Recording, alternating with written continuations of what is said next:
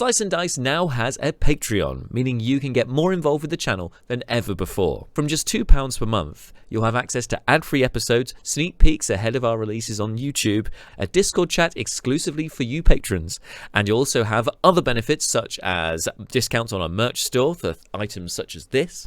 I'll also be running some patron-only games in the future as well on VTTs. So for all that and more, check out the Slice and Dice Patreon. There's a link to that down below. My nose. And then I turn it up in post.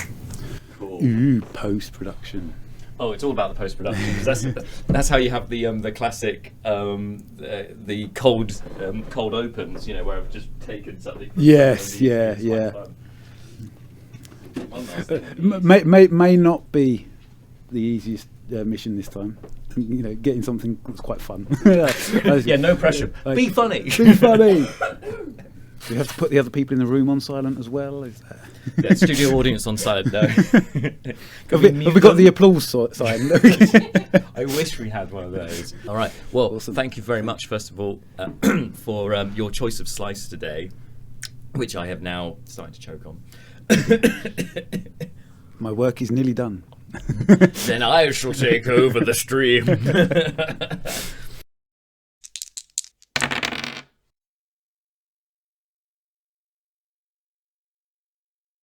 Well, first of all, thank you for making the trip down here. That's all the way to our absolutely lovely fine. studio. The lovely studio from sunny Leicester. From sunny Leicester to sunny London today. Absolutely. Pretty sunny.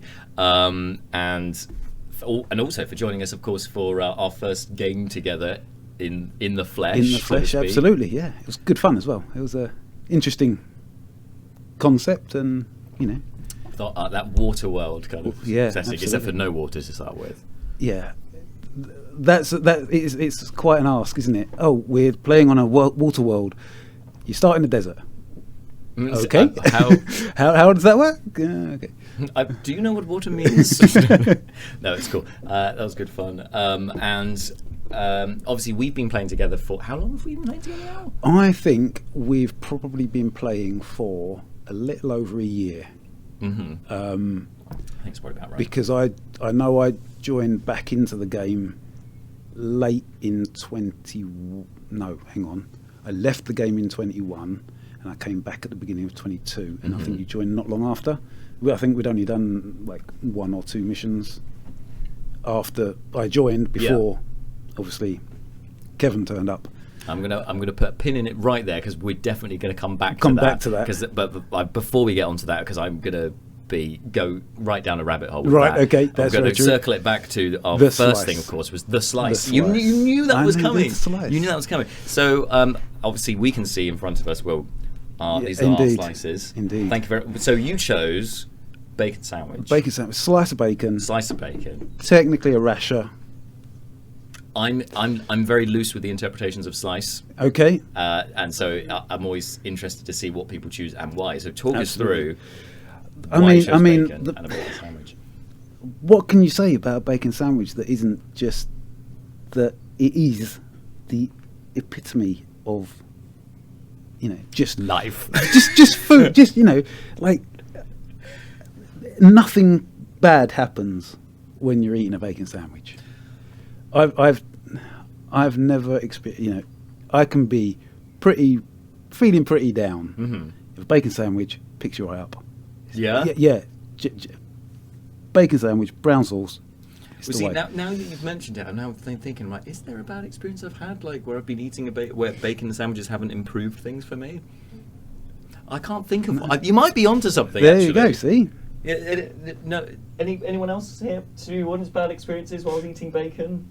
No. Nobody choking on. I mean, I nearly choked on bacon. You My nearly- cousin once got salty bacon stuck up their nose.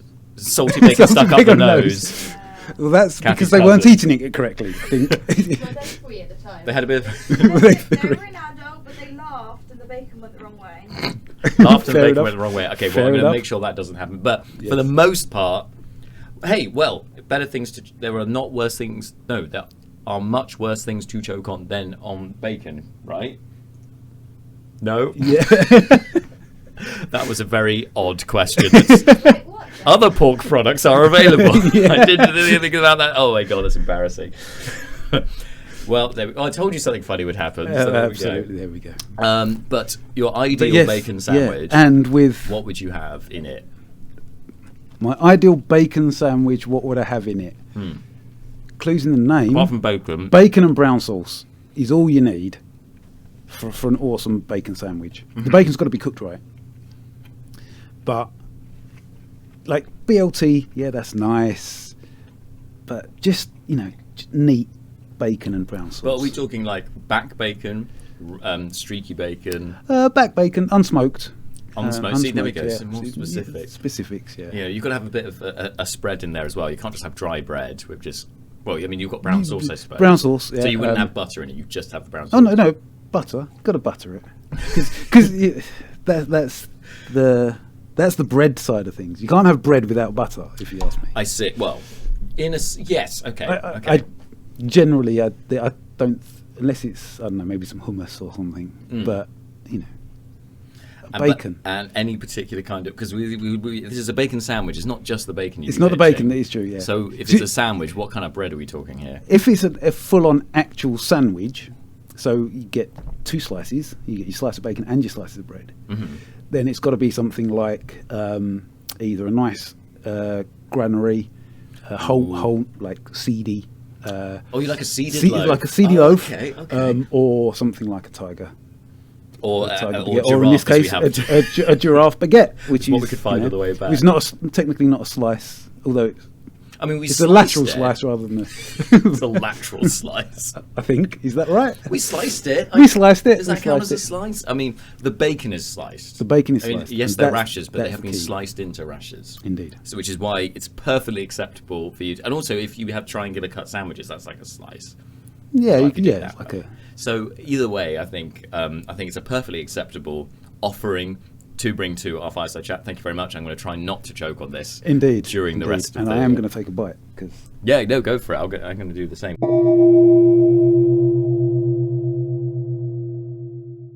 The beginning of how you got into TTRPGs. Now, obviously, we can talk about where we are now and what we've been playing together. But how did you first get into the hobby? What was your first experience?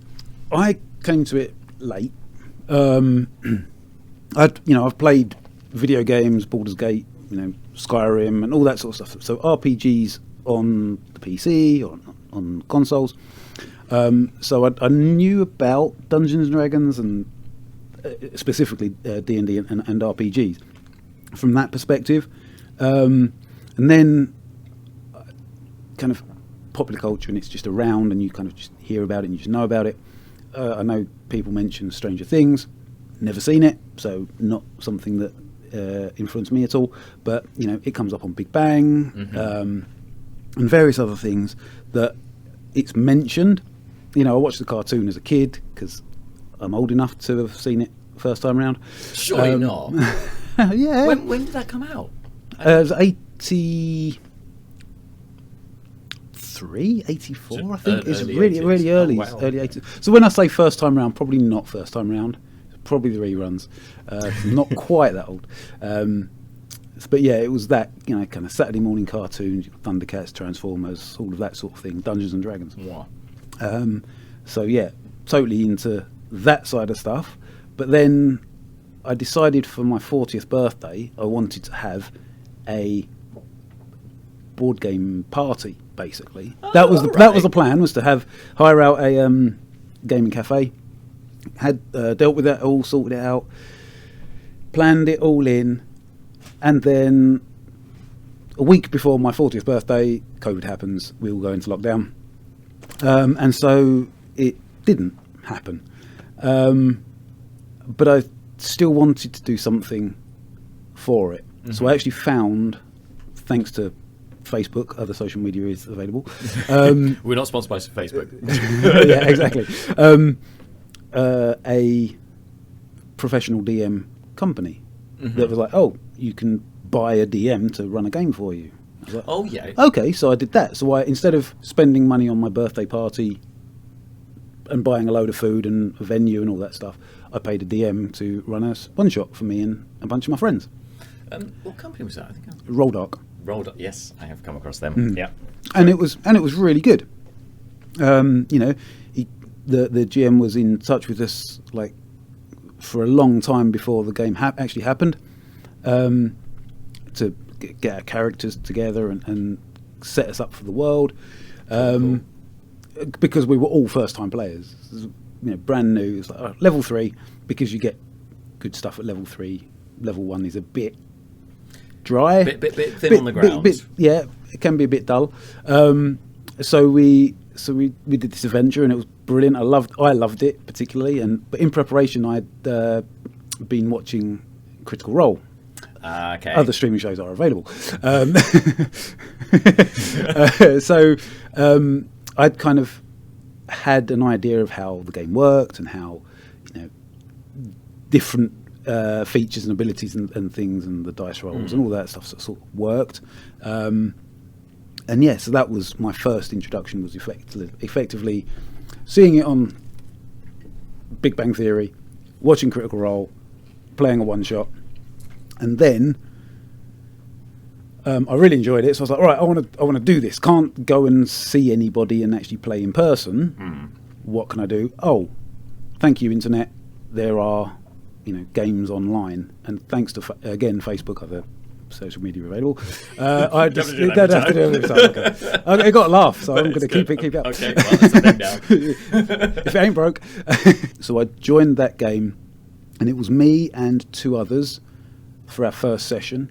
We played twice a week online on VTT. Twice a week. This must have been higher pandemic. This was in. I think we started in September 20. Okay. So nothing else was happening. I've got a family, but that's you can cut that bit out, right? Because they will see this, I'm sure. But yes, we were playing twice a week, but it was entirely text-based. Yes. So we would type. So a single combat took quite a long time, because you think, oh, I'm going to do this. No. Send. And then obviously the next person has got to read it and then type it out. Yeah. And so it took a long time, and it was actually that way for a long time. We didn't go to voice on that game. Did we? Yeah, we went to voice, I think, just before Erasmus had his fateful day. But it was great, because I got to play with an experienced GM, with other beginners, some of whom kind of came and went, other things happening, or they didn't like the text-based style of the game, or whatever, I don't know. But I found it really useful, because doing it in text means you can type something out and think, don't like that, delete, type something new that sounds a bit better. You can edit, revise it. And so you're not relying on the speed of your brain and then the speed of your brain and the speed of your mouth. Yeah, you've because I died. Yeah, sometimes I'll say things or I'll type things out, and then I might regret them. Not because they're bad, just because there's other things that I could have done. Oh, that would have been much more. I'm a monk. I'm nice and wise. That's too. It doesn't sound wise enough. Yes, it doesn't sound like enlightened enough. Let me just delete that and put something else in. But that was the thing, and it was great playing the game, but I wanted more. I just genuinely wanted to be doing more of it, and so we were using the forums on Roll20. Other VTTs are available. I have a compilation of all of your disclaimers. We'll all use them on the stream. Yeah. But so we were using the forums, and so we were writing out long posts and posting. These are the things I'm doing on downtime, because with Simon's gritty realism rules and a week long rest, you get time to do other stuff that's not running around killing stuff. Yes. Which, when he first said week long rest, I was like, oh wow, that's a bit harsh. Oh, that's grindy, man. Yeah, but then as time went on, I was like, actually, this means I can do other things, and I can build relationships with people in the game as well, and that was really good. It turned out that yes, Erasmus did build relationships and met a young lady. Conceived a child? Conceived a child, yes.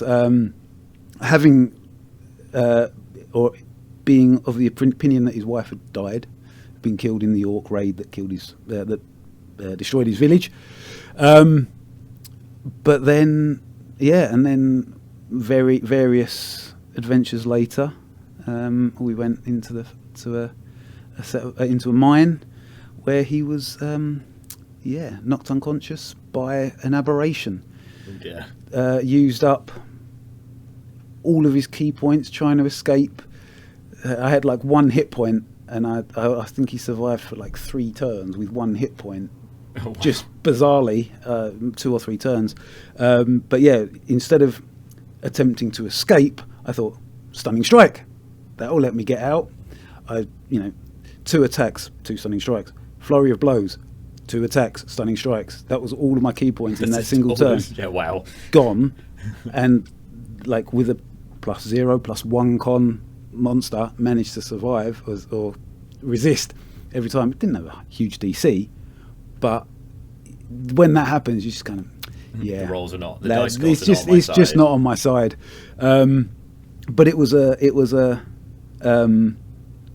poignant moment because I managed to it was almost like I'm like, okay, I'm holding them back. Everybody else, get out, because we took a beating, several fireballs in the face and the like. So we Like, hold the door. hold the door. Yeah, very much. Although the monster was holding me around the throat with a tentacle. Just go. Go. So yeah, that's and that was where he went, but we weren't told that whether or not he had actually died. Yes. Hence because the creature that I was fighting was human originally, I believe, and had been turned into some form of aberration Some with sort of tentacles. Cthulhu-esque kind Yes, of exactly. So when we Other then lore is available. Sorry. Touche. But so when we went back, I think it was about a year, almost to the day, when looking back in game time, or? no, in terms of actual Oh, in real real time, life, okay. yeah. When we finally managed to get out, make our way down into the depths beneath the manor, there he was. And there was your My now old- aberration-y PC now an aberration Yes, of some sort. yeah, which was nice in a way, because we got to kill him. Do you Put feel him like to you got rest. some closure to Got that? some closure, yeah. He Obviously, got to rest in peace. Indeed, my current character, no clue who he was, so no, it was a totally over the table kind of closure. But there are characters in the game now that knew Erasmus, and adventured with him. Yeah, so we've got Particularly Norrin. and Marion possibly. No, Merriam was after that. so just a Norrin. So just Norrin now at this point, actually. Yeah, Freyna was Right. with us, Malid, and Strom. Oh, so there were a few. There was a few You names. don't realise how much time moves on. Like, Yeah, These exactly. characters come and go and stuff. Exactly. So yeah, and it was, and I never know how to pronounce it because she takes the U out of her name, but Quiviel. So the paladin who we fought Also died. came back as an aberration. We killed her as well. But so I played one session with her replacement character, but playing Erasmus's pregnant girlfriend at the time, who was a raging barbarian. Oh yeah. So yeah, and then I left that game because that was the right time. My character had died. Okay, I'll move on, and I went to playing an in-person game. So lockdown had just kind of come to a close, come to an end. So we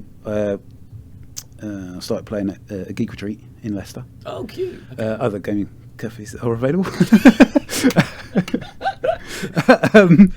It keeps going. keeps going. The gift that keeps giving. So we played that, but then scheduling issues. People couldn't make it. The real enemy of any. Absolutely, and it was TTRPG kind of we played up to Christmas, so we started that I think in August maybe, and then Christmas it sort of died, and we never got back together after Christmas, and then I think it was probably February 22 maybe I joined back in. You joined just before I did. So it was, like I say, it was just an adventure or like a quest or two before. Rocked up with the Bard. Kevin Kevin turned the up, Bard. and proceeded to royally annoy everybody. Lit from the word go, is literally like, yes. who is this guy? Who is Why this is he being so person? Yeah. confident and talking to us? We don't like you. Go away. yeah, far too much confidence. We're all introverts here. It felt like the party had seen some shit. Yes, And then suddenly this guy turns up full of bravado, and they're like, I don't trust him immediately. Yeah, and rightly Who so. does he work As it for? turns out, rightly so. He had a few skeletons secrets, in his yeah, closet. absolutely. Nothing that really seemed to affect the party, I think, but, well, as it turns out, hasn't affected the party so far. But we'll see. We'll see. So out of all of your experiences so far, like, can you share with us like your sort of one of the most, if not the most memorable moment that you've had in your TTRPG experience so far?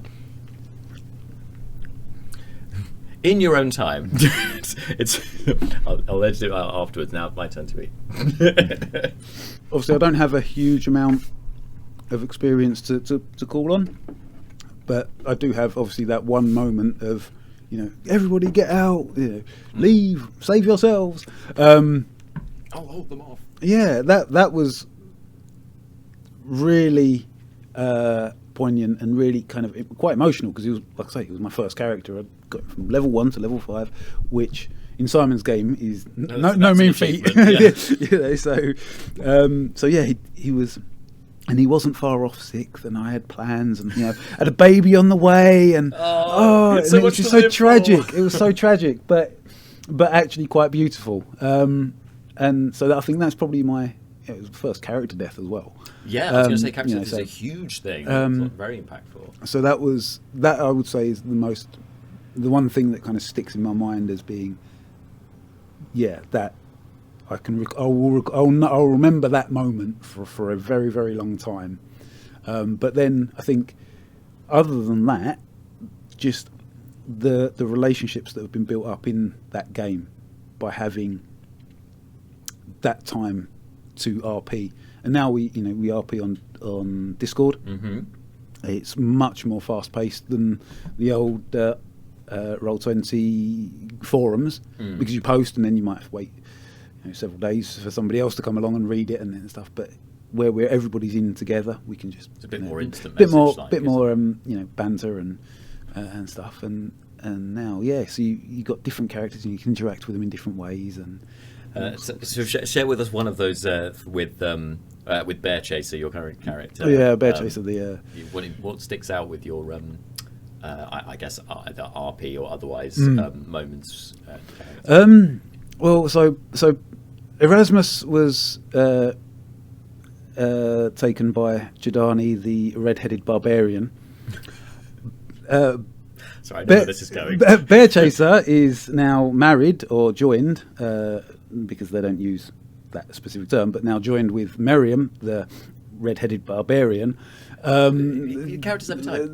Clearly. Is this your type? My wife's blonde, so... I'm sorry. But so that's just a really nice thing for my guy just turned up out of the blue. Effectively, he's just been travelling through from the mountains, turned up at Miriam's ranch, got kicked in the mouth by a horse. As to an 8-foot Goliath. Absolutely. So, and kind of, he was always designed to be a kind of a companion for her, actually, because I'd been in the RP before bringing in the character, so I'd seen that, and I just felt that she sounded a little bit lonely. So I thought, I'll just bring someone in as just as somebody to maybe help out. Little lady. She's It's like totally six not. like See, this is totally not. It was a case of, oh yeah, she needs, she's working the ranch and stuff. She have some help. I'll make a character that likes animals. He's a fighter. He's an arcane archer. So not a druid, but still has an affinity with nature. So that was the idea, was to come along and then help out at the ranch. You're going to help her out. Help out at the ranch, yeah. No euphemism in that whatsoever. But then RP takes its turn as it does, and surprised me completely when she kissed him. Oh yeah, and that was in the RP when I believe Kevin that was as well, when that Kevin. evening. Yes, yeah. That So was the first time you guys had to, yeah. Yeah, and that was a shock for a start. I hadn't thought about kind of romance with a PC. Obviously, the romance for Erasmus was with an NPC. Also, something that's very weird, flirting with a 40-something gentleman who's pretending to be a redheaded barbarian. It's, so that was an experience. But yeah, so I'd never thought that would be a thing, and then it happened. I was like, oh right, okay, so where do we go with this? And so yeah, that's quite a memorable thing, because it sort of changed the way I saw the game, because it was less about Dungeons and Dragons and more about, these are people that have lives and have roles to play in their in the world, in their world. So building up a business and running a business it's a big thing. Yeah, it was just like we were saying off camera before, when we were I think it was when we were wandering back, actually. It's just like it's like a living, breathing world that there's stuff going on with the Discord RP chats and stuff. It's like there's always, you can dip into different things that are going on outside of the game, combat encounters or whatever. Yeah, that's very nice. That's a very nice memorable moment. Like when I got married to my other PC. Yes, yeah. So, Charlotte, my actual wife, real life wife. Yeah, my real life wife. Wifey for lifey. Wifey for lifey. When I'm on Discord, she'll be like, "Oh, is that your other woman? Is that the other woman? Oh gosh! Oh no! So yeah, and it was, like I say, it was an unexpected joy, really, because I've got two families now, apparently. Yes, you've got your in-game my actual family and an in-game family. So. And which one do you prefer out of the... That's mean. That's not fair. You can't choose favourites. That's not how this works. No, roll natural 20! Ah!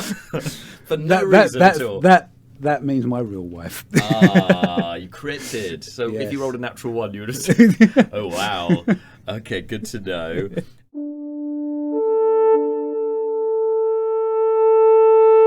Actually, coming off the back of this, so I gather that you've obviously played D&D 5e. Have you played any other TTRPG systems or anything like that? You said video games. Only in video games, but again, they were things like Baldur's Gate and stuff is D&D. Like related, oldie, old edition, basically. The original Baldur's Gate we're talking. Well, it was Baldur's Gate 2 that I played, which I think was third edition basis. And then various kind of other just role-playing games, like, for example, Oblivion, like Elder Scrolls. Do you like a bit of the Elder Scrolls? So yeah, that was mostly it. Cool. Okay. Diablo was a big influence, hack and slash. So I do like combat, which is great with that whole side of things. But yeah, having that downtime is just the icing on the cake for me. The creme de la creme. The creme de la creme. So out of so obviously you said you hadn't been playing for that long. It's only been the last couple of years, I guess, because you still haven't had your 40th yet. I still haven't had my 40th. No, I refuse. I refuse to turn 40 until I get my birthday party.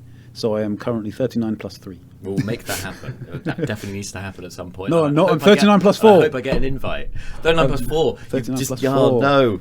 That means that you've increased your proficiency. That's what it is. It's either that, or I took a feat. Proficiency in aging. No, wait. Anyway, not important.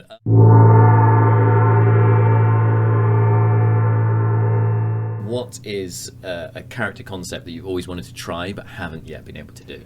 It's a difficult one because I've like in the short space of time that I've been playing, I've played a lot of different things.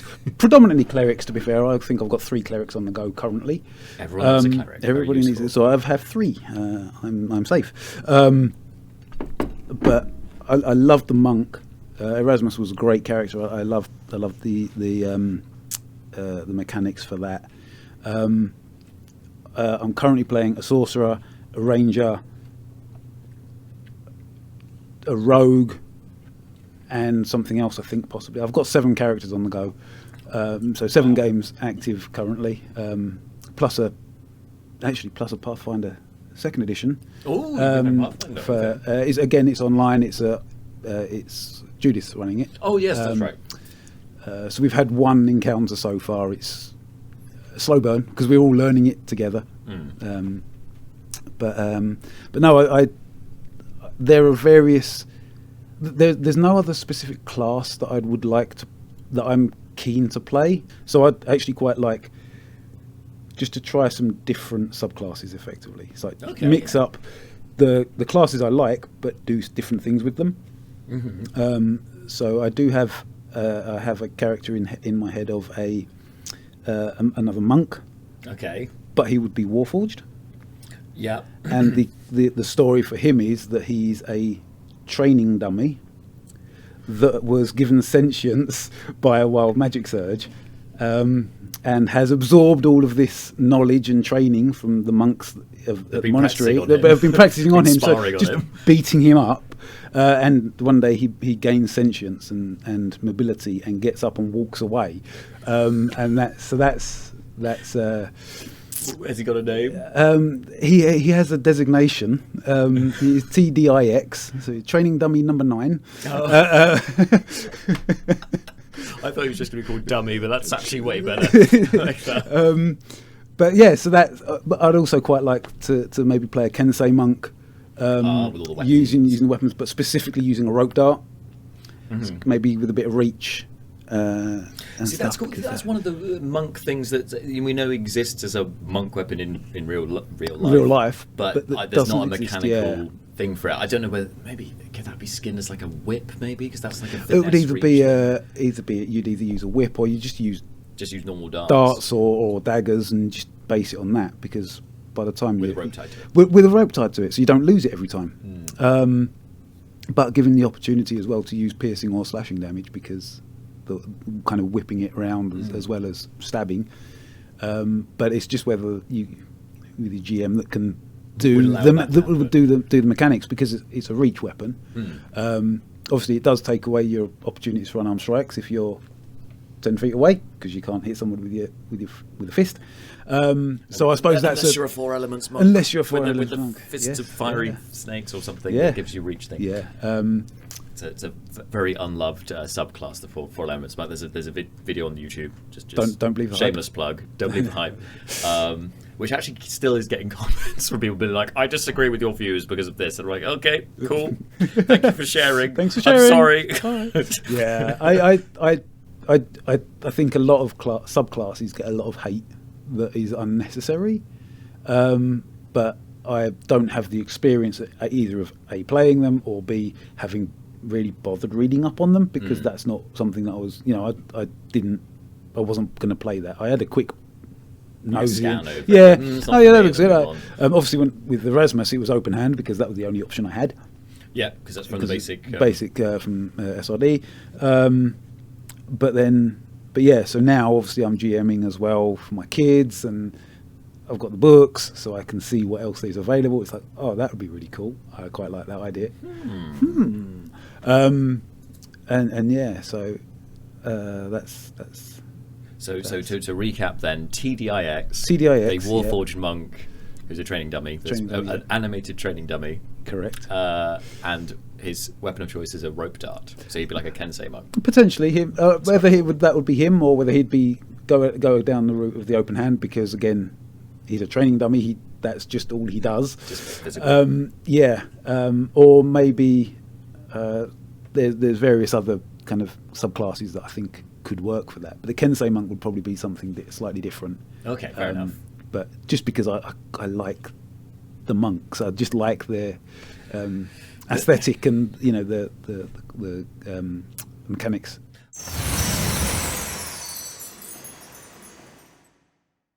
Bit of a tangent from the character concepts, but outside of the games themselves, I think you've kind of touched on this in some respects. But how have you found that TTRPGs have affected other aspects of your life, whether that's in terms of skills, friendships, whatever?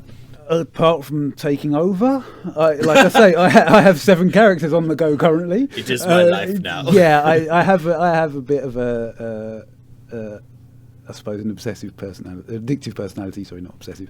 Addictive personality, and so I find something, and I'm like, oh well, that's it, and then I just dive down that rabbit hole. Like, it feels good. Fully, yeah, absolutely.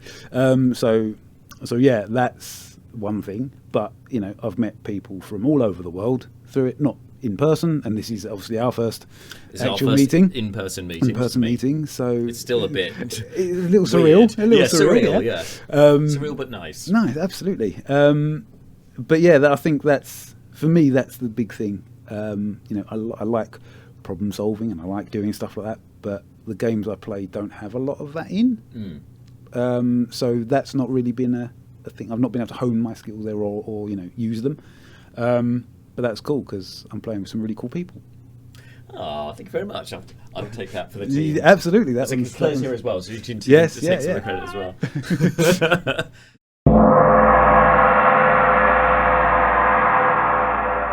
Finally, then, you know what's coming. I know what's coming. Because I'm getting out the tablet, and you have the dice ready, which has served you pretty well today. Served me well today, yes, in absolutely. Our little water escapade game. All right, if you want to roll the D20, we'll roll the D20. Give you a let's random go. question from the random question chart. 4. Big fat 4. What's your go-to TTRPG character? Oh, that's hard. I have 7 on the go. I can't. Don't make me choose. If I had to pick a class, it would be cleric. Clearly, I have 3 currently. And my first character that I ever played was a cleric as well. So 4 clerics. Any particular reason for that? The first one was because we needed a healer. The second one was because we needed a healer. The third one was because I thought, you know what, because I do quite like the class. We don't need a heal, but you know what? I want to be a healer. It was actually the concept that I wanted to play fit a cleric best. Okay. A Shadokai, Twilight Cleric of the Raven Queen. That was the Shadokai was the thing, and then it's a bit creepy. How is he going to fit in? Okay, he could be a cleric of the Raven Queen. The whole, death side of it. I was going to go Grave, but I thought, no, I want to try Twilight. And then Twilight is cool. And then and Shadokai is awesome as well. I discovered because I'd never played one. I just thought, oh yeah, that would be cool. Then you read the things they get, and it's like, oh wow! Isn't that one that's in Mordekainen's? Is it? Yeah, I believe so. Yeah, I've never played one, but I have played alongside one, and I just thought, is this a bit broken? Is this a bit powerful? Yeah. This is quite powerful. Vigilant Blessing gives advantage to yourself or somebody else. Advantage on initiative roll on the next initiative. The Twilight Cleric feature. Twilight Cleric, yeah. Oh no. Is that Twilight Cleric or is that? Yeah, pretty sure. So the other one is, which I'm pretty sure is the from the race, is Blessing of the Raven Queen. Yeah, that's definitely. Which is where you can teleport and have resistance to all damage for your turn. That's what I mean. Is that a once per long? That's that's per proficiency, so I can do that 3 times. Oh wow! At level 5, level 6. So yeah, that's got some problems.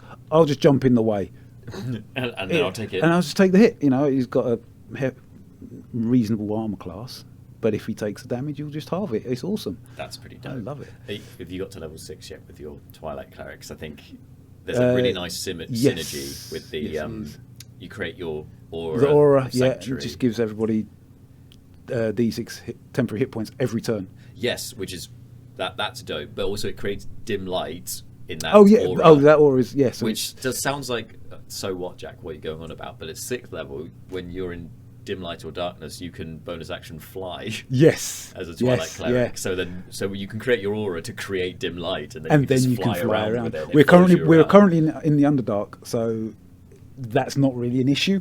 right, But actually, everywhere is dark. Everywhere is dark. But then obviously the other side of that is that I can turn darkness into dim light, which is useful, and it's 60 feet, I think. Is it 60 feet or is it only I think 30? like no, it's only 30 30 feet. It might be radius, 30 I foot think. radius. So 60 across, Yeah. 60 diameter. But when you've got other members in the party that don't have dark vision, You like have a there you bit go. of light. I can also give them my 300 feet of dark vision. Oh yeah. Several times per. I think that might only be once per rest. Yeah, it's for like a certain number of But creatures. I think it's 3 creatures for an hour, which is awesome. It's like I can see everything because The 300 feet is a long it's way. a long way. But yeah, so if I had to pick a class, it would be cleric. My other is a Tempest cleric, a sea elf Tempest cleric.